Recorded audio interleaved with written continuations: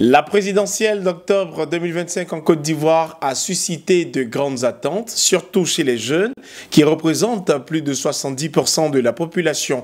Présentés comme la force du changement, l'avenir du pays et même le moteur du développement, ils sont aussi les plus exposés au chômage, à la précarité et à la désillusion politique. Les jeunes seront-ils les grands gagnants de cette nouvelle ère politique ou au contraire les grands perdants d'un système qui peine encore à leur faire une place réelle dans la décision publique? Pour en parler ce soir, nous recevons 4 invités au profil complémentaire. Dr Kwadja Justin est membre du mouvement des générations capables de Simone Ivegbagbo. Merci d'être sur ce plateau. Je vous en prie.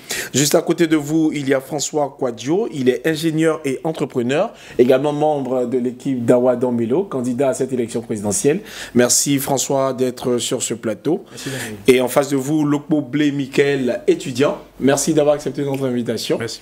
Et juste à côté de vous, il y a Jean-François Benguier. Vous êtes donc entrepreneur. Merci également d'être sur ce plateau. Ma première question va donc s'adresser à Dr Kwadja. Beaucoup de jeunes aujourd'hui disent ne plus croire aux promesses politiques. Est-ce que cette défiance-là est justifiée selon vous? Je pense bien que dans un premier temps, il faut souligner qu'il y a eu tellement de promesses dans ce pays qui n'ont pas été tenues. Donc il est normal que la jeunesse ivoirienne, une population qui est composée majoritairement de jeunes, n'ait plus véritablement la foi aux hommes politiques. Cela se voit au travers de plusieurs engagements. Par exemple, l'an passé, le président Alassane Ouattara, dans son discours, a fait savoir que chaque jour, il y aura 1 milliard qui sera alloué à la jeunesse ivoirienne. Finalement, on n'a pas vu le bilan, on ne sait pas à quoi toute cette somme-là a servi. Donc il est normal que jour d'aujourd'hui, la jeunesse ivoirienne n'ait plus foi aux hommes politiques. Bon, c'est ce que nous pensons. Et comment on pourrait interpréter justement cette méfiance-là de la jeunesse envers la classe politique actuelle? François. Merci Daniel. Cette question est pluridimensionnelle. Parce que la question jeunesse est transversale. Nous avons aujourd'hui plusieurs ministères qui abordent d'une façon ou d'une autre la question de la jeunesse. Et il faut dire que les derniers acteurs et les derniers événements qui ont émaillé la vie socio-politique de notre pays n'ont pas vraiment contribué en fait, à renforcer le capital confiance de la jeunesse vis-à-vis des acteurs politiques. Nous avons vu des acteurs politiques qui disent et se dédisent. Nous avons vu des actions qui étaient peut-être pas coordonnées, avec ni queue ni tête, avec ou sans leader véritablement, avec soi-même sans meneur réel. Ce qui a fait que très souvent, cette jeunesse s'est retrouvée en fait sans repère. Donc cette absence de repère a eu des conséquences souvent désastreuses avec des pertes en vies humaines, avec des dégâts matériels, plein de choses en fait qu'on pouvait éviter en fait si on était plus, structuré. À côté de cela, il y a le manque de formation à la chose politique et sociétale. Ce qui fait que la jeunesse ne comprend pas en fait les valeurs qui sont inculquées le plus souvent par les clubs services, comme la Jeune Chambre, le Rotarac, Ice Club, et tout ça. Ce qui fait qu'en fait, il y a un bon nombre de cette jeunesse qui n'a pas compris le jeu politique, qui n'a pas compris les obligations sociales, n'a pas compris en fait son implication indispensable à l'édification de la société qu'il veut voir demain. Donc, à force de tout attendre de l'autre, et quand l'autre de qui il attend tout n'est pas cohérent avec lui-même, cette jeunesse n'a plus de repère. Donc, finalement, il y a ce désamour-là qui naît et on est malheureusement obligé de constater en fait que le climat de confiance entre la jeunesse et le politique devient vraiment délétère et on a... Il y a un grand écart. Oui, c'est ça. Vous qui êtes étudiant, Michael, est-ce que vous pensez véritablement que la classe politique écoute sérieusement la jeunesse? D'accord. Merci, monsieur. Et avant, je voulais remercier déjà le plateau, la chaîne Cette Info et également nos devanciers. Parce que devant moi, j'ai des docteurs.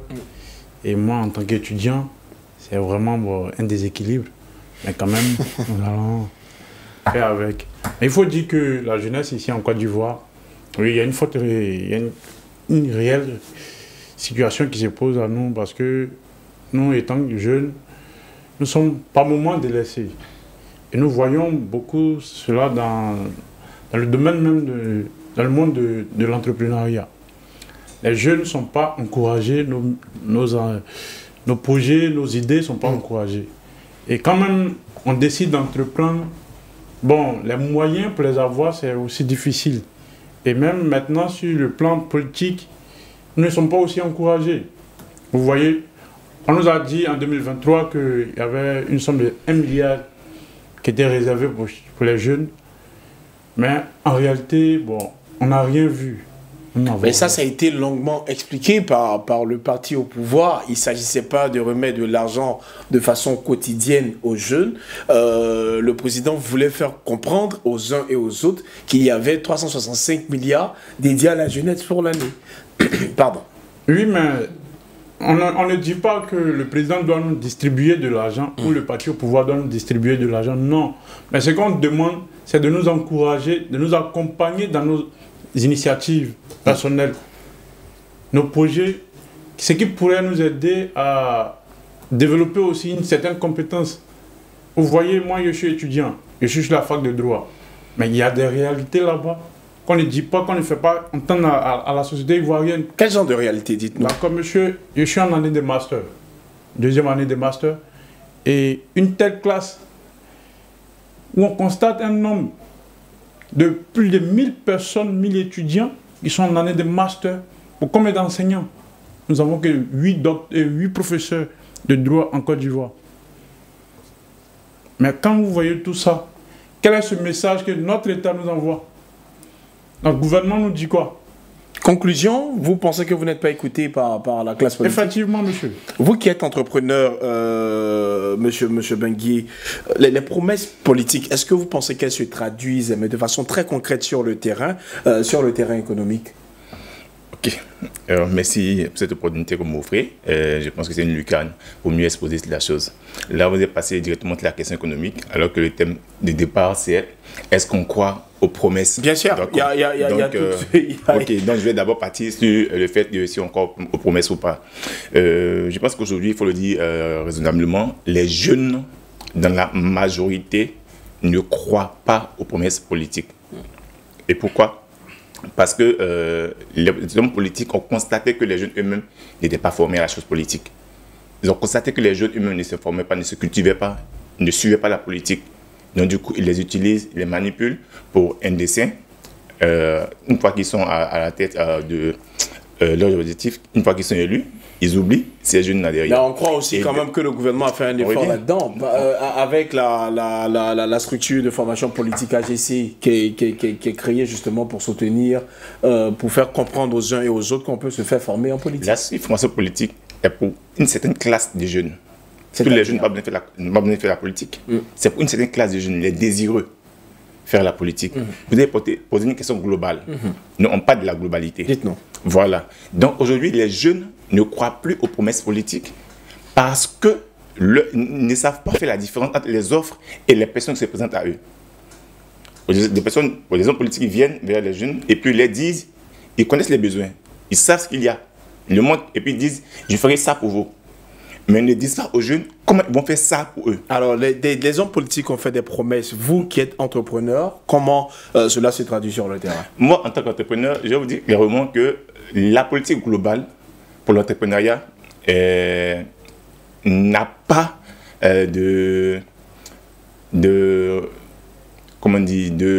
n'est pas visible sur le terrain. J'explique pourquoi. Parce qu'aujourd'hui, tout le monde sait que le niveau de l'entrepreneuriat en Côte d'Ivoire, le niveau de l'emploi en Côte d'Ivoire est à majorité informel. Et le secteur informel, qu'on dit informel, où il y a à la fois des entreprises formelles et informelles, mais les très petites entreprises, représentent 90%, environ 90% des entreprises en Côte d'Ivoire. Mais ce secteur-là, c'est un secteur qui est carrément lésé. Il est carrément lésé. Je prends mon exemple. Aujourd'hui, pour être accompagné en entreprise, pour avoir un crédit bancaire, c'est tout un parcours du combattant. On demande à quelqu'un de donner 2 millions, d'apporter une garantie de 1 million, une garantie en bien, en numéraire de 1 million. On demande d'apporter un aval. En dehors de l'aval, on demande d'apporter, avoir soit intérêt en construction.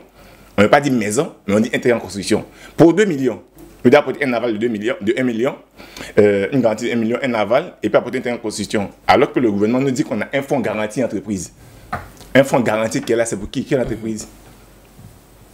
Il y a des choses qui sont dites, Mais dans la faisabilité, c'est pas ça. Ça n'existe pas. Quand on entend tout ça, docteur Kwadja, est-ce qu'on a l'impression qu'il y a une rupture générationnelle entre, dans la manière dont les candidats vendent les projets, vendent les besoins quand ils s'adressent à la jeunesse? Nous pensons qu'il y a totalement une rupture. Parce que dans un premier temps, bon, je vais m'expliquer. Je pense bien que ça dépend, dans un premier temps, du besoin de la jeunesse et dans un deuxième temps, de la vision de l'homme politique qui est en face. Si l'homme politique regarde la mentalité de la jeunesse et l'homme se dit que en proposant ses besoins à ces jeunesses-là, ils vont m'accompagner, ils vont m'assister pour me permettre d'atteindre cet objectif, il va orienter son idéologie, sa vision selon les besoins de la jeunesse. Et une fois leurs objectifs atteints, ils vont passer à autre chose. Donc c'est à ce niveau-là qu'il y a totalement une rupture. C'est à ce niveau-là qu'il y a totalement une rupture. On nous fait savoir qu'en Côte d'Ivoire, s'il y a des structures qui accompagnent les jeunes dans le domaine de l'entrepreneuriat, mais en réalité, quand tu vas dans les structures, tu vas au-dessus des informations sur totalement une différence. Il n'y a même pas de lien entre ce qu'on dit. Qu'est-ce qu'on constate véritablement? Le constat est que, par exemple, moi, personnellement, je suis allé me renseigner. Je suis d'abord allé au niveau de PME, parce qu'on dit que c'est une structure qui accompagne, qui encadre, qui oriente les jeunes, qui suscite les jeunes à aller dans le domaine de l'entrepreneuriat. Mais quand tu arrives là-bas, on dit, avant de t'accompagner, il faut d'abord que ton entreprise, tu crées d'abord l'entreprise. Et que l'entreprise existe au moins 2 années et que tu puisses produire un document économique. C'est-à-dire que la traçabilité de ton investissement, de tes gains, tout ça pour que l'État puisse t'accompagner. Et d'abord, la première des phases, c'est de créer l'entreprise. Quand tu vas au niveau de la CPC pour dire que tu es venu pour prendre les informations pour créer l'entreprise, on te dit que pour créer l'entreprise, il faut avoir un fonds au minimum, un budget de au moins 5 millions. Moi, je suis là-bas, on m'a donné ces informations pour créer. Il y a un certain niveau de fonds qu'il faut avoir. Et par la suite, on dit, dès à l'instant où le jeune crée son entreprise aujourd'hui, à partir du mois qui suit, le mois prochain, il doit commencer à payer l'impôt. Bon, prenons le cas d'un jeune Ivoirien, un jeune entrepreneur qui est dans le domaine de l'élevage. Par exemple, on prend le cas du porc et autres. Il faut au moins 3 mois avant même de dire que la personne va commencer à produire sérieusement et gagner ce qu'il faut. Il faut au moins 1 an. Mais on dit à ce jeune-là, dès qu'il paie son entreprise, il doit commencer à payer l'impôt. Parce qu'à ce niveau-là, il y a un problème. Donc, il serait mieux que l'État mette en place des véritables structures qui donnent du favoritisme, qui encadrent et accompagnent ces jeunes pour éviter qu'il y ait souvent ce genre de problèmes. Surtout lorsque l'État même y met des fonds pour accompagner ces jeunes. Comme le cas de ce que nous avons vu par le passé, je crois bien en 2023 ou 2024, où il y a un jeune qui avait reçu plus de 600 millions de... 700 millions. 700 millions pour créer une entreprise. Et le salon de coiffure. Salon de coiffure, finalement, l'affaire est arrivée à la justice. C'est arrivé à la justice tout simplement parce qu'il n'y a pas eu un mécanisme d'accompagnement, de suivi et de gestion de la part de l'État pour aider ces jeunes à se prendre en charge. Alors, quand on entend tout ça, on sent qu'il y a encore de la méfiance. Ma question va s'adresser à François, justement, sur les grands partis politiques traditionnels. Justement, comment est-ce que ces grands partis-là doivent se réinventer pour séduire encore la jeunesse qui est en train d'être méfiante vis-à-vis d'eux? Déjà, il y a déjà un travail qui est fait. Il faut le dire, il y a un travail qui est fait, il y a des offres, je veux dire, qui intègrent en fait le volet jeunesse qui sont proposées. Il y a des initiatives qui ont été portées par le gouvernement en place, qui sont présentées. Nous sommes dans une politique, d'une approche, on va dire, d'optimisation. Nous ne nions pas que des efforts ont été faits. Et même, je pense qu'il y a eu une initiative du gouvernement qui visait à mettre en place un programme, un statut spécial pour les entrepreneurs. Il y a un statut entrepreneur, il y a un statut en fonction du type d'entreprise que vous voulez avoir, SARL, SA, SAS. En fonction du type, il y a un capital qui est exigé. Comme on dit dans tous les secteurs, il y a des sélections qui existent pour pouvoir essayer de toiletter un peu les acteurs qui intègrent en fait, le secteur d'activité. Donc, il y a des activités où on peut démarrer avec 100 000, de manière formelle bien sûr, avec 50 000, avec 200 000, avec 1 million, tout dépend de ce qu'on veut commencer comme activité en fait. Donc, ce point étant précisé, il faut reconnaître qu'il y a aussi eu des actions avec l'Agence Emploi Jeune qui a essayé d'accompagner pas mal de jeunes gens. Il y a eu des actions aussi avec Côte d'Ivoire PME. Il y a eu beaucoup d'initiatives. Mais ce que nous disons aujourd'hui, c'est que ces initiatives-là doivent être optimisées. Nous, on est vraiment dans l'optimisation. Nous, on est dans l'optimisation. Pourquoi on dit cela? Il y a une utilisation des ressources destinées à la jeunesse qui n'est pas optimale. Ce qui fait que le rendu sur le terrain n'est pas perceptible par le citoyen lambda. Nous, on dit que, par exemple, vous avez parlé du jeune homme qui avait reçu déjà 700 000 francs pour une activité. 700 millions 700 millions pour une activité. Pour nous, ce montant pouvait servir à plusieurs centaines d'entrepreneurs. Ok. On a vu après que, je veux dire, l'agence emploi jeune a accompagné d'autres entrepreneurs à des montants vraiment maintenant mesurés, c'est-à-dire 2 millions, 500 000, 1 million. On encourage cela. Mais nous, on va plus loin, on dit, bon, avant même d'accompagner quelqu'un, il faut qu'il soit formé, qu'il ait des compétences en ce en quoi on veut le former, pour garantir la pérennité de son ouvrage, de son entreprise. Et par derrière cela, il faut l'accompagner sur tous les aspects, tant fiscal, social, infrastructurel, pour pouvoir créer en fait une chaîne de valeurs dans laquelle l'homme est au centre, l'homme il est acteur, il est sujet, il est en même temps consommateur. Dans notre projet de société, nous avons dit que nous, notre approche, elle est orientée souverainiste. Pas comme d'autres... De façon radicale. Des formes, de manière radicale. Nous, on est donné l'approche souverainiste dans laquelle l'Ivoirien lambda, c'est-à-dire le jeune Ivoirien, quitte la position d'ouvrier à maître d'œuvre. C'est-à-dire qu'il n'est plus en train de subir les décisions, mais il coproduit les décisions avec les acteurs en place pour avoir une approche participative dans laquelle il se retrouve, il se sent impliqué, et comme ça, le résultat peut être périn. Et comme ça, on a l'adhésion de tous pour avoir cette Côte d'Ivoire qu'on espère voir demain. Donc, pour nous, des efforts sont faits, mais on doit penser à les optimiser et à les pérenniser. Alors, comment il s'appelle, Lopo Michael, pourquoi les jeunes aujourd'hui sont-ils plus actifs selon vous sur les réseaux sociaux que dans les urnes? Est-ce que vous avez voté déjà pour cette élection? D'accord, merci bien. J'ai pas voté. Pourquoi? Bon, parce que il y a eu tellement de choses, vous voyez, notre pays, et ça nous fait mal de constater que chaque 5 ans, la Côte d'Ivoire plonge dans une situation qui est vraiment désagréable. Et tout ceci est dû au fait que nos grands leaders que nous connaissons, c'est-à-dire les grands partis, par moi-même, je me pose la question si le multipartisme a été une bonne chose pour la Côte d'Ivoire ou une mauvaise chose pour la Côte d'Ivoire. Vous répondez quoi à cette question? En fait, sa question me fait sourire parce que je vais répondre. Le multipartisme est une victoire démocratique qui permet à tout le monde de s'exprimer sans pourtant avoir la même opinion. Dans un respect mutuel dans lequel les idées ne sont pas forcément convergentes, mais elles cohabitent. Alors, dites-nous pourquoi justement vous posiez la question de savoir si le multipartisme était une bonne chose. C'est par rapport au constat que nous faisons. Vous voyez, depuis maintenant 35 ans, chaque 5 ans, les mêmes choses se reproduisent. Et nos leaders ne prennent même pas conscience de ce que nous subissons en tant que peuple, en tant que population. Et à chaque fois, c'est la même chose. Alors, la meilleure expression, c'est par les jeunes. Vous, par exemple, vous n'avez pas voté. Oui. Comment est-ce que vous expliquez le fait que les jeunes soient plus actifs sur les réseaux sociaux que dans les urnes, justement? Mais c'est parce qu'ils sont découragés. Les jeunes sont découragés. Aujourd'hui, ils trouvent refuge dans les réseaux sociaux que de venir sur la scène politique. Et nous-mêmes qui sommes sur la scène politique, par moments, nous sommes marginalisés. Vous voyez, s'il n'y a pas d'alternance même au sein des grands partis, comment est-ce que l'Ivoirien lambda ou le citoyen peut croire à la politique? Si, à l'interne même, on refuse l'alternance.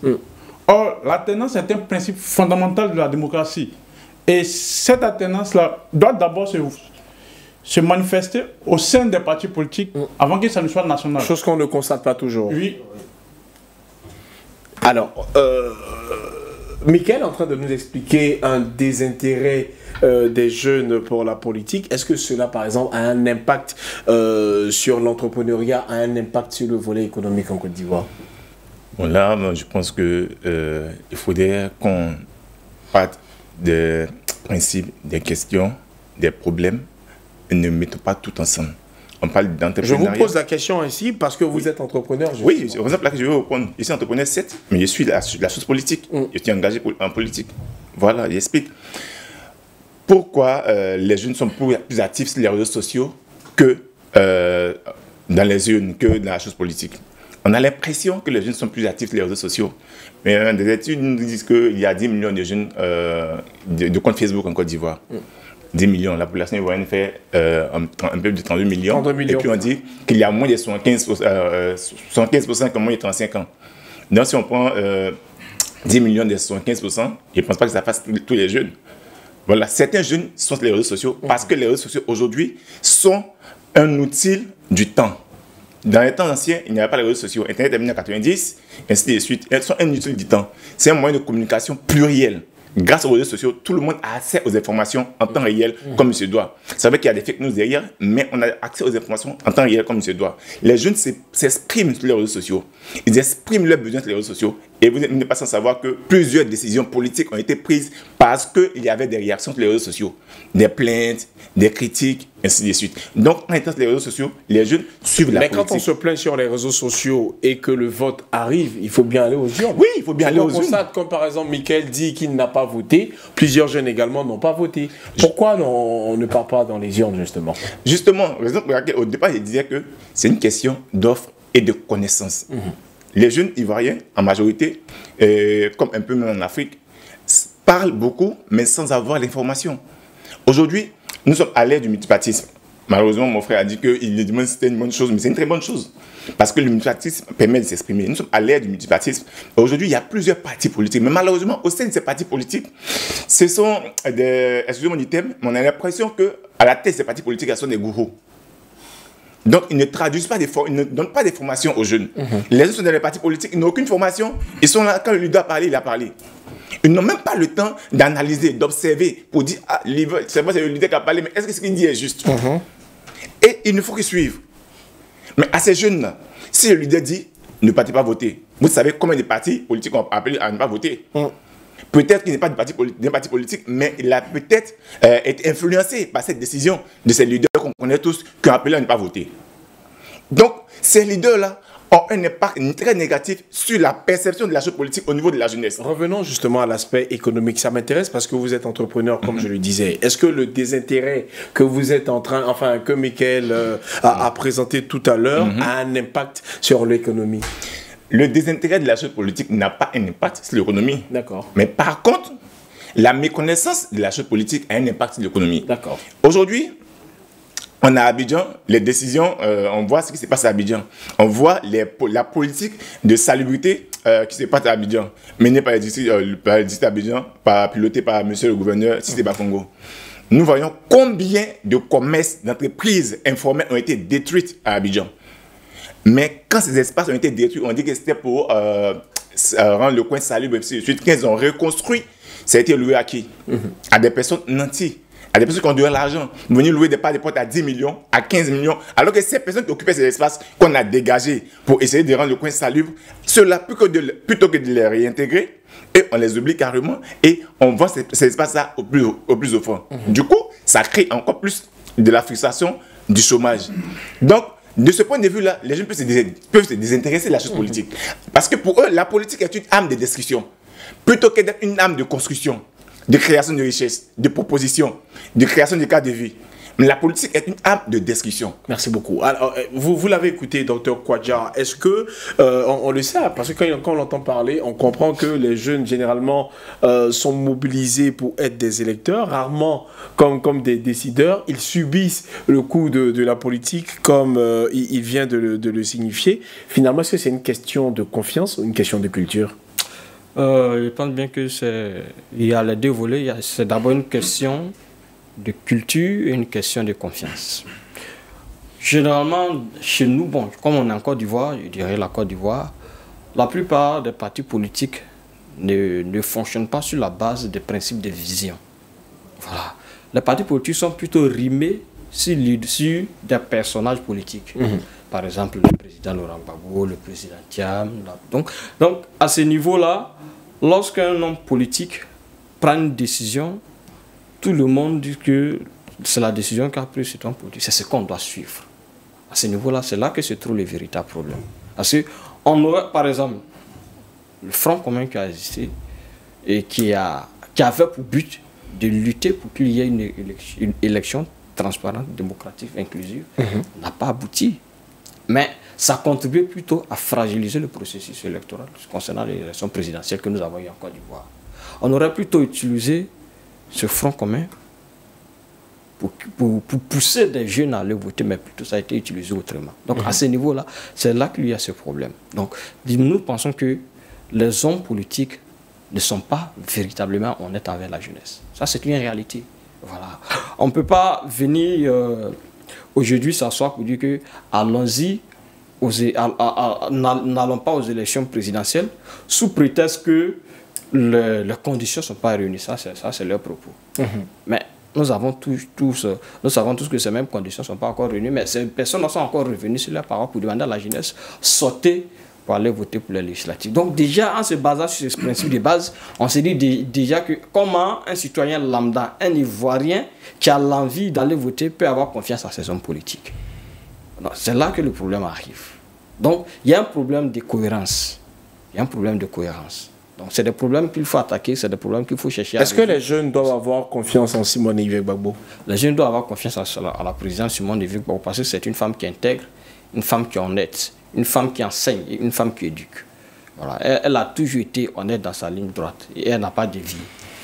Voilà, alors, j'ai une autre question, ça c'est à François Kouadio. Les jeunes, finalement, dans la vie politique, enfin, ils doivent conquérir cette place-là dans le jeu politique ou finalement attendre qu'on le leur accorde? Cette question est pertinente, mais elle revêt plusieurs aspects. Tant les jeunes doivent chercher à faire leur preuve, à capter la place à laquelle ils aspirent, mais en même temps aussi, il faut qu'on leur permette de pouvoir s'exprimer. Je suis de ceux qui pensent que aujourd'hui, il y a de plus en plus de jeunes Ivoiriens, effectivement, qui ont un désamour de la chose politique. C'est un fait. Il y a de plus en plus d'Ivoiriens qui ne comprennent pas même la chose politique, parce qu'il y a énormément d'incohérences. Ils ne savent pas que c'est un jeu, c'est un fait. Mais nous, on dit, aujourd'hui, notre proposition est d'emmener ce jeune qui ne comprend pas la chose politique à la comprendre, à l'intégrer et à comprendre qu'il est acteur de cette politique-là. Et comment vous vous y prenez sur le terrain? Déjà, notre mouvement est très jeune, il faut le reconnaître. Mais nous sommes en train de travailler sur un programme qui nous permettra de sillonner l'ensemble du territoire dans les mois à venir.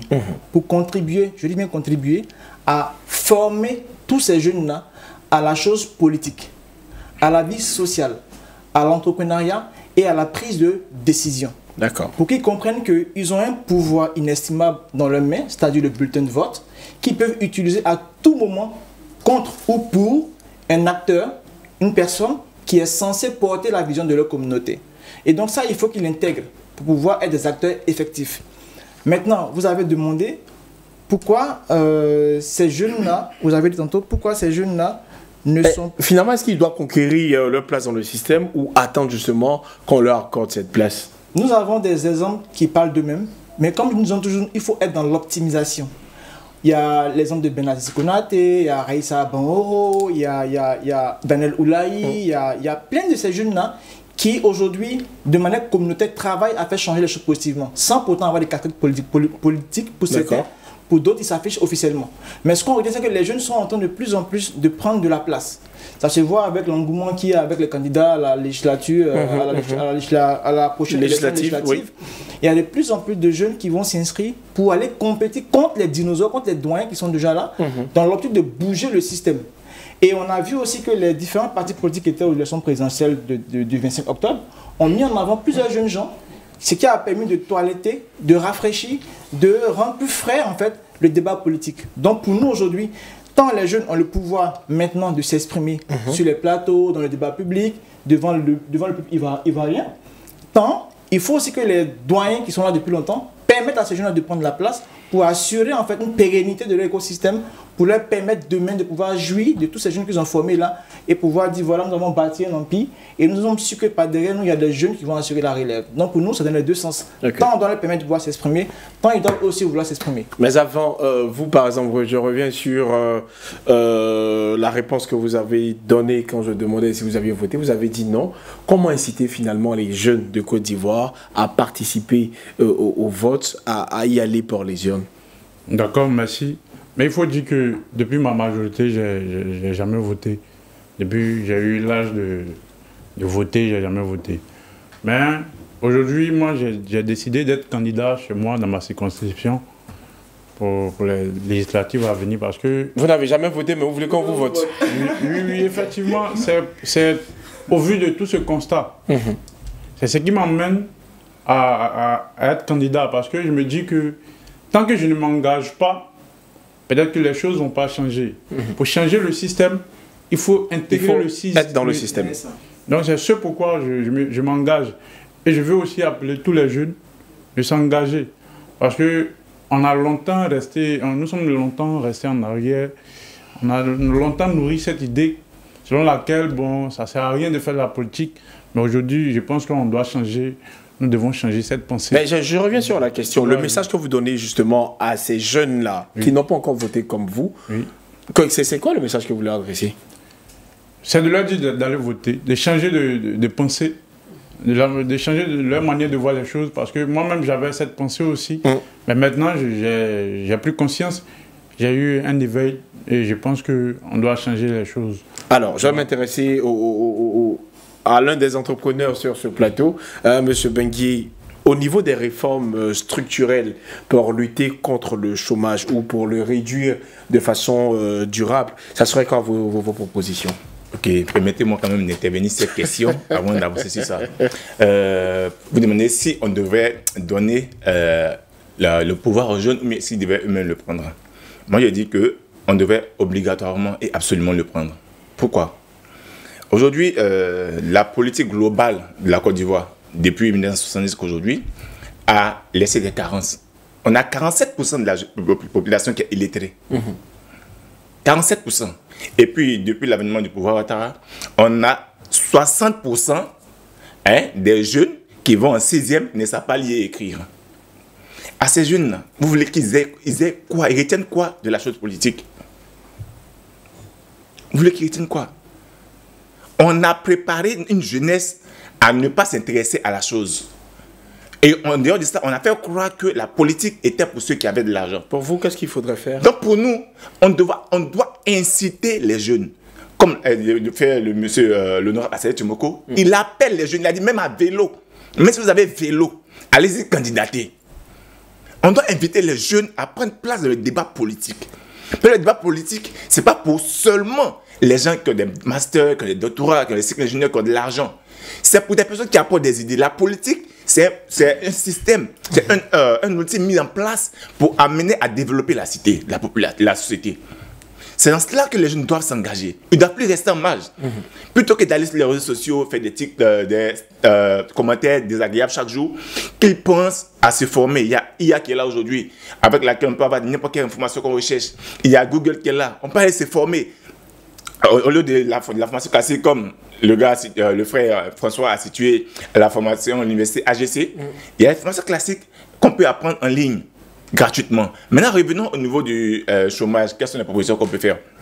Aujourd'hui, l'État fait un peu quand même de choses, il faut le reconnaître.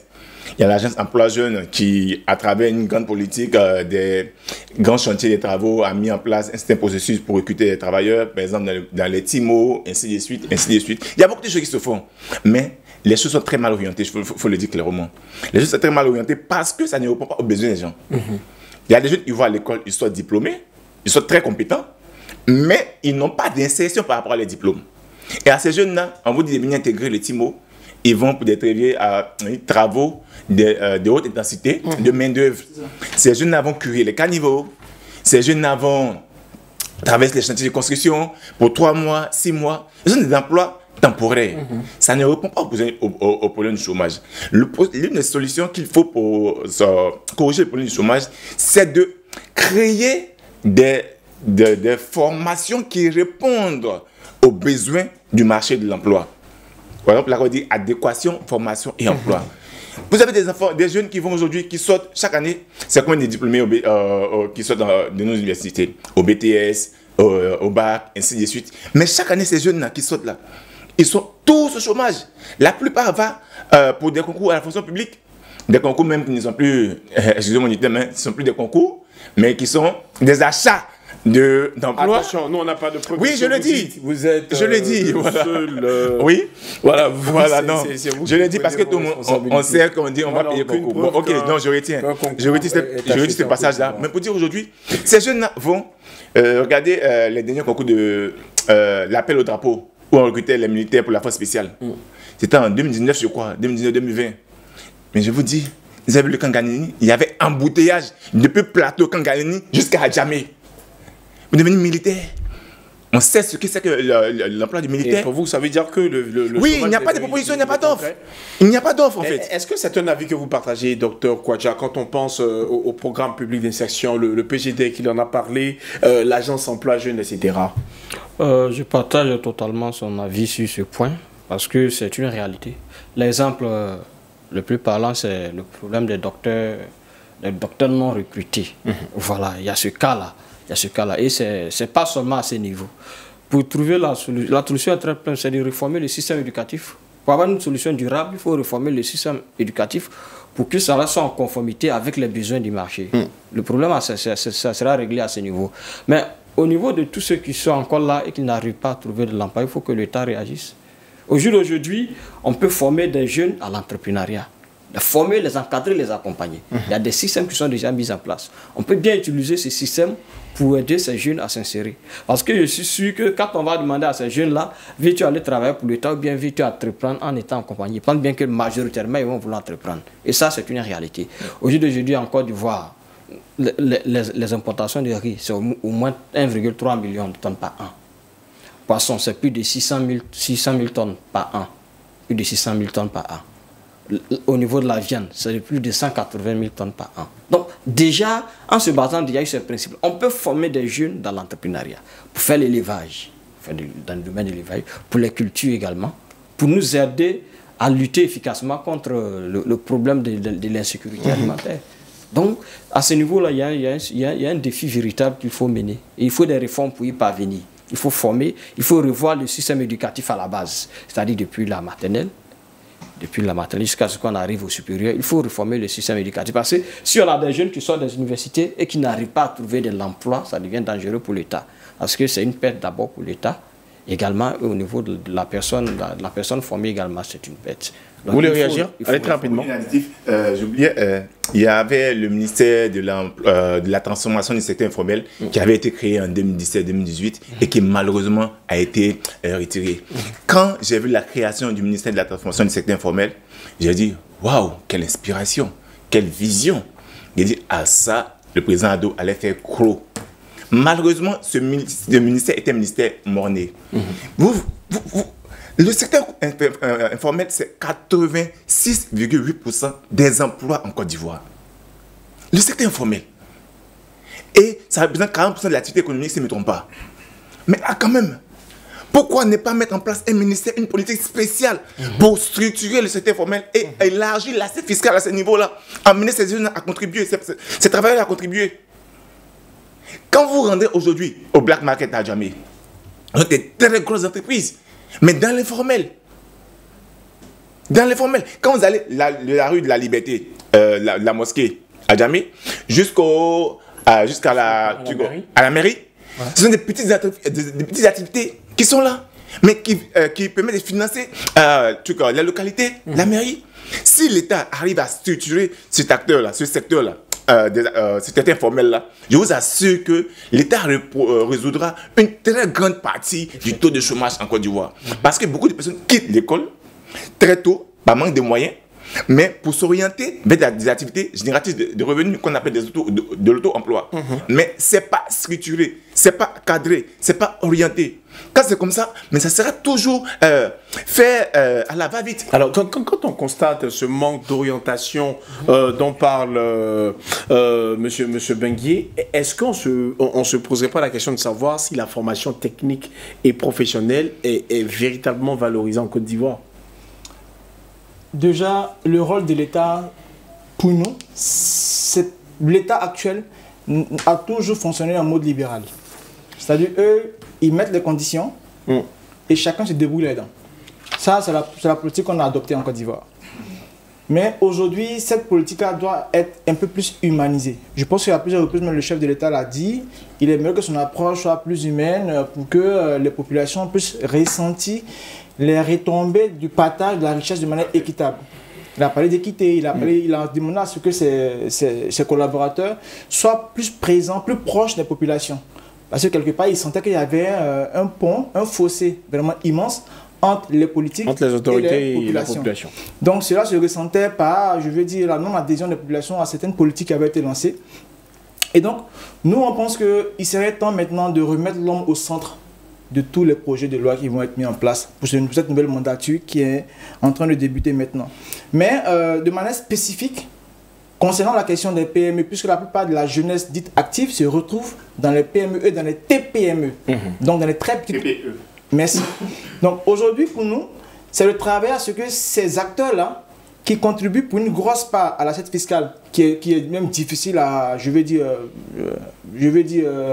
recouvrer, c'est de les emmener à contribuer effectivement à l'assiette fiscale pour que une partie de la dette de la Côte d'Ivoire soit, je veux dire, jubilée, une partie des investissements de l'État soit récupérée sur des moyens propres, et que ces acteurs aussi puissent bénéficier aussi de manière formelle des retombées de toutes les politiques ou de toutes les lois qui pourraient être votées en leur faveur. Ça permettra de réduire considérablement la pression que l'État a sur la mobilisation des capitaux pour de gros investissements. Donc pour nous, c'est un plaidoyer. Voir dans quelle mesure on peut travailler à ce que les petits opérateurs, notamment ces jeunes gens qui sont, comme il a si bien dit M. François, à Djamé, à Bobo, à Makori, à Koumassi, à Yamsokro, à Korogo, que ces petits artisans, que ces petites mains-là, en fait, deviennent les mains qui portent l'économie ivoirienne. Tant qu'on ne comprendra pas que ces jeunes entrepreneurs, filles comme garçons, qui, avec leurs petites mains, travaillent à produire de la richesse quotidienne, sont des acteurs à encadrer, à encourager, à moderniser, en vue de les permettre de contribuer à la construction d'une Côte d'Ivoire moderne. Tant qu'on va les marginaliser, tant qu'on aura le problème d'employabilité. Parce qu'ils sont des acteurs qui emploient, mais on considère que leur emploi n'est pas à prendre en griffe au sérieux. Pourtant, pour nous, il faut les mettre au centre du système. Alors, moi, j'ai bien envie de lier ce que vous dites à la formation technique et professionnelle en Côte d'Ivoire. Est-ce qu'on doit comprendre qu'elle n'est pas assez valorisée? Vous voyez, quand vous sortez un peu dans les rues d'Abidjan, vous voyez généralement des véhicules garés, souvent les roues sont démontées, souvent les véhicules sont vétus. Parce qu'on n'a pas en fait préparé, je ne sais pas comment vous dire, on n'a pas préparé en fait des acteurs techniques locaux pour gérer certains axes qu'on a. Par exemple, il n'y a pas d'école qui forme des mécaniciens ivoiriens pro en masse. Il n'y a pas d'école qui forme assez d'ingénieurs ivoiriens pro en masse. Il n'y a pas d'école qui forme dans les corps d'État dont nous avons besoin là maintenant. Nous sommes généralement appelés, nous allons généralement prendre l'expertise hors de la Côte d'Ivoire pour pouvoir essayer de prendre les Ivoiriens comme des ouvriers, comme des aides, comme des assistants.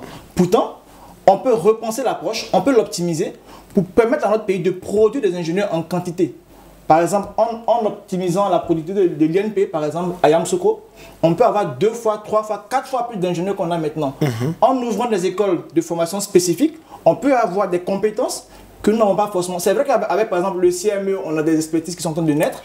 Avec plein de grandes écoles qu'on a localement, on a des expertises qui naissent, mais dans l'immédiat, on ne répond pas aux besoins. Donc, dans l'immédiat, on n'a pas d'expertise capable de répondre aux besoins actuels.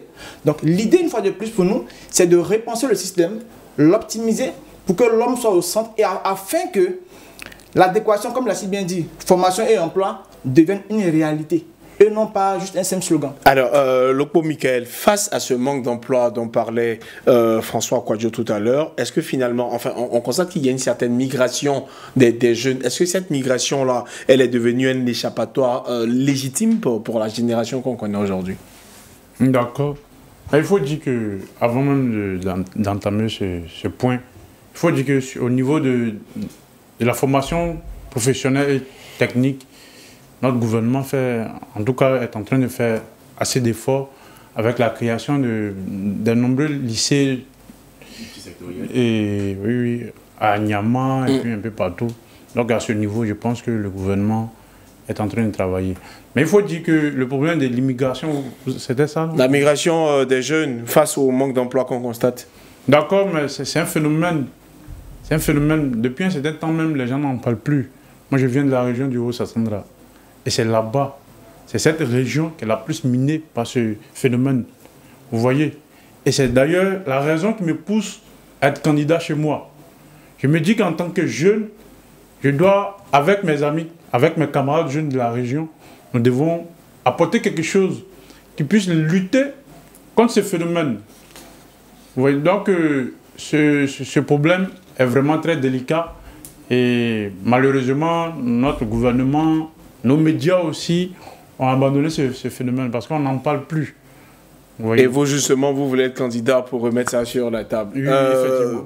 Monsieur Jean-François Bengué, avec vous, je vais aborder la question des justices sociales, inégalités et même territoire, mais toujours dans le cadre de l'entrepreneuriat. Est-ce qu'il existe un déséquilibre dans l'accès au financement entre les jeunes d'Abidjan et ceux des régions et ceux de l'intérieur du pays? Est-ce qu'il existe un déséquilibre entre Abidjan et l'intérieur du pays? Je vais vous demander de regarder d'abord la structure d'Abidjan et puis des villes de l'intérieur du pays. Le pouvoir central lui-même, il fait quoi d'Abidjan et de l'intérieur du pays? On parle de la décentralisation. Depuis combien d'années on parle de ça? On parle de la capitale politique à Yamoussoukro, mais le président n'habite pas Yamoussoukro.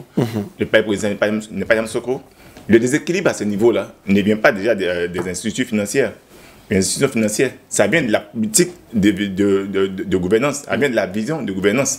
Voilà. Effectivement, il y a un déséquilibre parce que toute la richesse du pays, c'est Abidjan. Abidjan concentre 80% de la richesse de l'activité économique en Côte d'Ivoire. 80%. Mais, logiquement, celui qui est à Abidjan vient de demander un crédit de 2 millions et celui qui est à Minignan va me demander un crédit de 2 millions. Ce n'est pas le même niveau. Les conditions pour celui d'Abidjan seront différentes par rapport à celui de Minignan. Bien vrai que les conditions même d'Abidjan sont carrément inaccessibles. Et à ce niveau, il y a un véritable déséquilibre. Raison pour laquelle nous demandons que l'État parte au-delà des dits, au-delà des décrets et des arrêtés, mais qu'il parte dans l'action.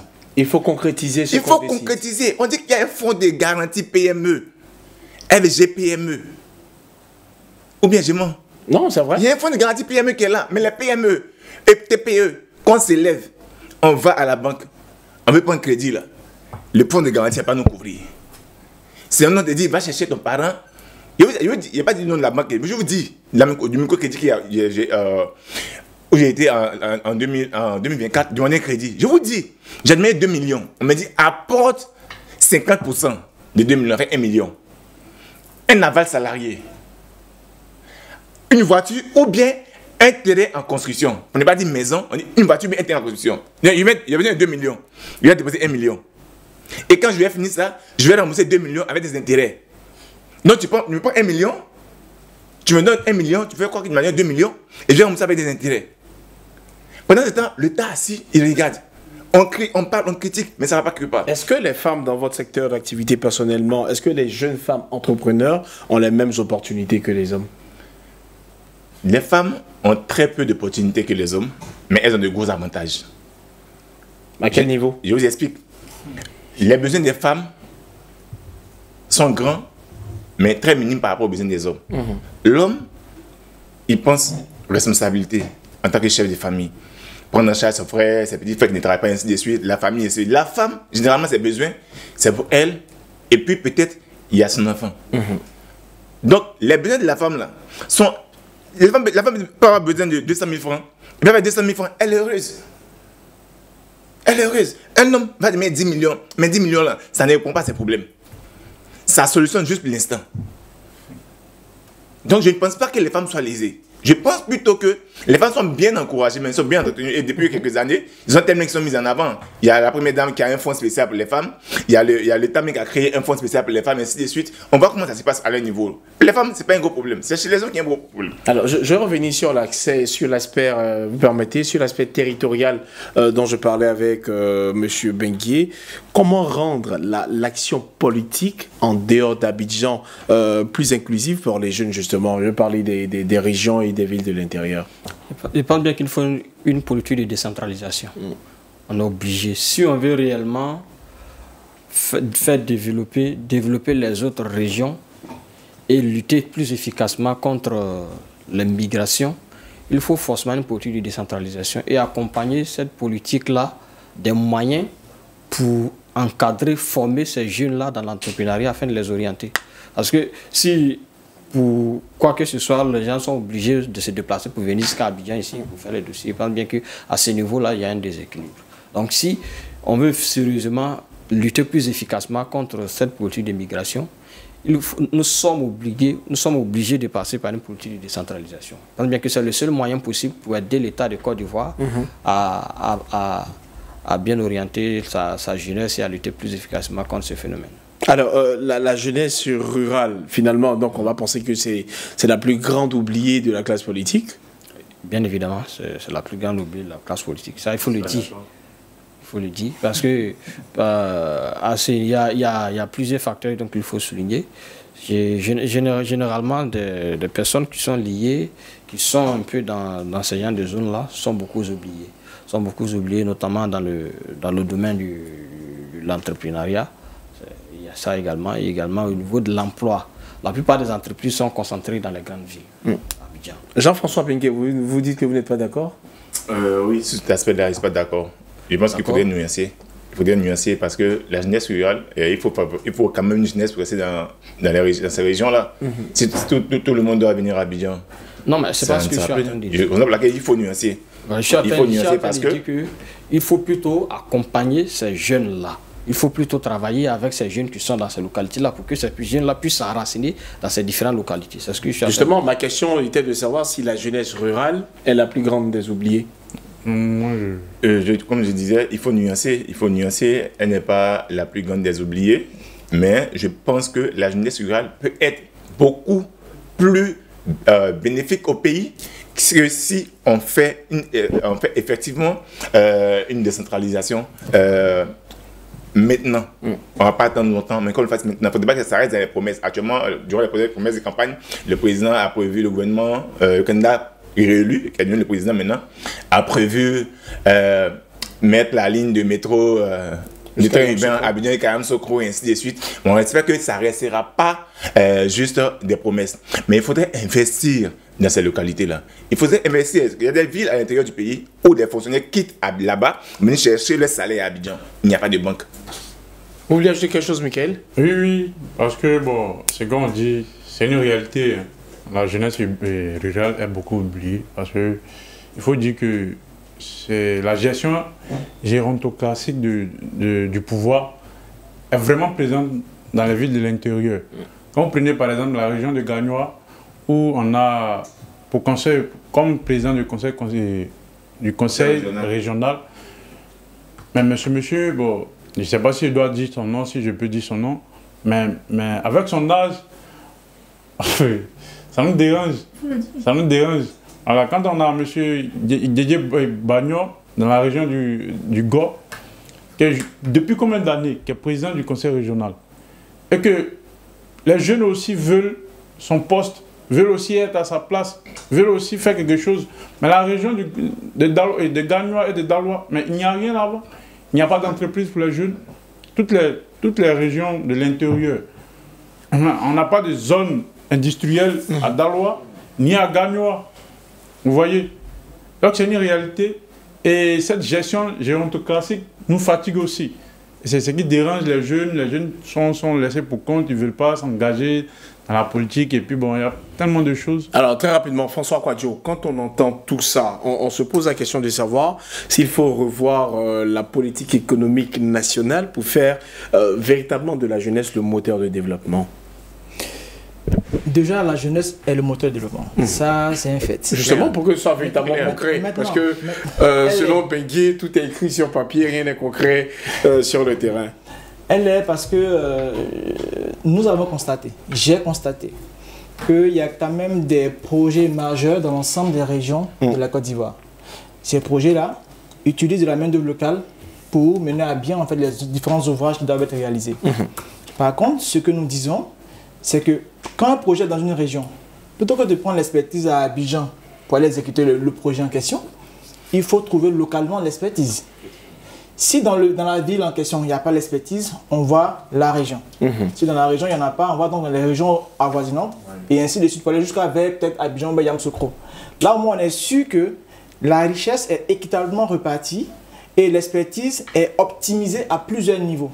Mais lorsqu'il faut venir jusqu'à Abidjan pour venir trouver un technicien pour aller juste faire du carrelage, je me dis que pour un projet Kakorogo, il y a un non-sens. Donc nous, on est dans l'approche dans laquelle ce souverainisme qu'on promet là, il doit amener l'homme à être au centre de tout.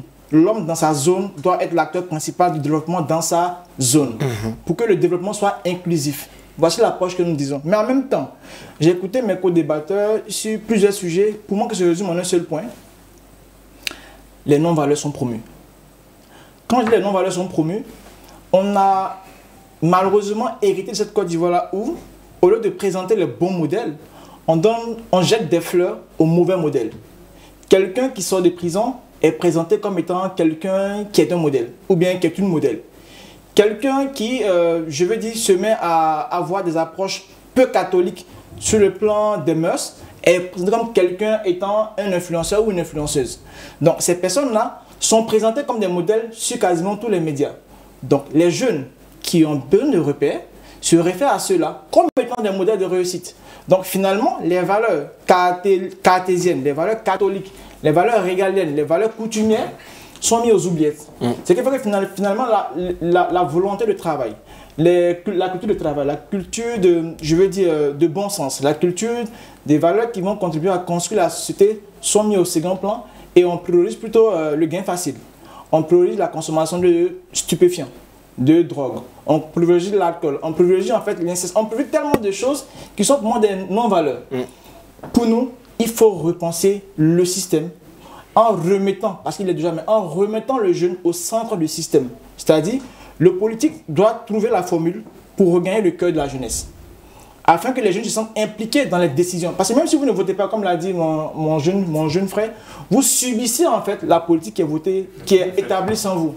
Alors que si vous votez, vous avez le pouvoir de changer ou du moins d'influencer la décision de l'acteur qui est en face. Alors, nous tirons allègrement vers la fin de l'émission. Je vais poser une dernière question et on va faire un tour de table. Est-ce que cette présidentielle 2025 à laquelle on a assisté peut-elle vraiment réduire les inégalités entre jeunes d'élite et jeunes oubliés? D'accord. Déjà, le SMIC à Abidjan, il a 75 000. Celui de le monde rural, je crois, il a 45 000. Donc, on a déjà un gap. Mais on part du principe qu'il y a des efforts qui sont faits via plusieurs fonds, P2CDV, P2GEC. Il y a plein de projets qui sont lancés en vue de permettre à la jeunesse du milieu rural de pouvoir se prendre en charge. Aujourd'hui, on a des exemples qui parlent d'eux-mêmes. On a Daniel Oulaï qui est un jeune qui se bat pour sa région d'Anania avec sa production. On a Josiane Louba, on a Sonia Kosonou. Benaziz Konaté. Ce sont ces jeunes-là, en fait, dans leur région, qui travaillent en fait à créer des écosystèmes favorables dans lesquels les jeunes peuvent s'épanouir. Donc pour nous, il faut encourager ces modèles-là, il faut les mettre en avant pour créer en fait des modèles économiques visibles et viables dont les jeunes pourront s'inspirer afin de créer leur propre modèle économique personnel. Donc pour nous, rien n'est encore perdu. On peut toujours optimiser les choses et nous croyons fermement qu'avec le temps, les choses vont s'améliorer. Docteur Kwadja? Nous pensons également que l'occasion aurait donné au président Alassane Ouattara de revenir encore, de régler ce qu'il pourrait d'ailleurs régler depuis très fort longtemps, en mettant les jeunes au centre du développement. Si la population ivoirienne est composée majoritairement de jeunes, cela revient à dire que pour développer plus efficacement la Côte d'Ivoire, il faut mettre les jeunes au centre. Il faut considérer les jeunes comme étant des piliers même du développement économique de la Côte d'Ivoire. Et pour y parvenir, il faut notamment que l'État s'intéresse de plus en plus au secteur informel. Parce que le secteur informel concentre à lui seul 90% de l'emploi économique du pays. Donc si l'État arrive à identifier, à réformer, il faut même créer un ministère qui sera totalement dédié à ce secteur, qui pourra regrouper tous ces jeunes-là, les former, les accompagner, les installer et pour aider plus la Côte d'Ivoire à développer. Alors, Lokpo Michael, vous qui êtes étudiant, est-ce que vous pensez que les jeunes ont une égalité des chances en Côte d'Ivoire? Oui, effectivement. Parce que l'État nous-mêmes au même pied d'égalité, mais c'est la manière, la manière dont l'État traite la situation de chacun. C'est ce qui peut-être diffère, sinon que nous avons tous les mêmes chances. Vous voyez, donc à ce niveau, je peux dire que l'État nous donne toutes les chances pour pouvoir réussir. Inégalité entre jeunes élites et jeunes de la zone rurale et jeunes oubliés. Est-ce que vous pensez que cette présidentielle-là peut vraiment réduire cette inégalité? Bon, avant tout, je dirais non. Non, tout simplement parce que c'est le même pouvoir qui a reconduit. Et la même politique qu'il y a eu depuis 15 ans, c'est la même politique qui va continuer. C'est vrai que cette politique-là est axée sur la réalisation des grands travaux et oublie les choses les plus essentielles. Oublie l'humain, oublie le volet social. Et quand on parle du volet social, ça englobe plusieurs choses. On parle d'abord de l'éducation. L'éducation des jeunes aujourd'hui, on a vu comment l'éducation a été détruite de sa racine. Quand on a permis aux élèves de passer immédiatement du CP1 au CE2, de passer immédiatement en classe supérieure, quel que soit le niveau, quelle que soit la moyenne. C'est ce qui fait qu'aujourd'hui, les jeunes arrivent au lycée sans savoir lire ni écrire.